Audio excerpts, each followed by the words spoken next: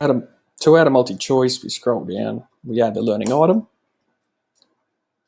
We can either add the multi-choice directly, multi-choice 1, create, or we could edit it through the quiz previously. So if we go to multi-choice and edit,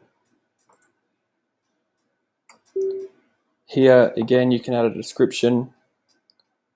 So this isn't the question itself, but it's just this multi-choice contributes to the course. The question here is what the users will see. So what is 2 plus 2? 1,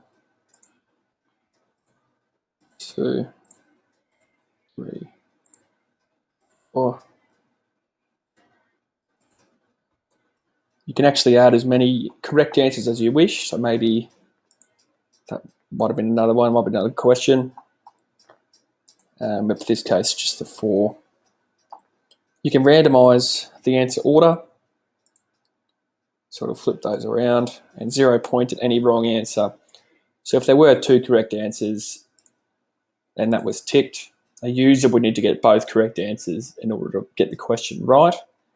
If they only had the 1, they would get 0 because they've got a wrong answer within the question. So we can save that. And now that'll look like this.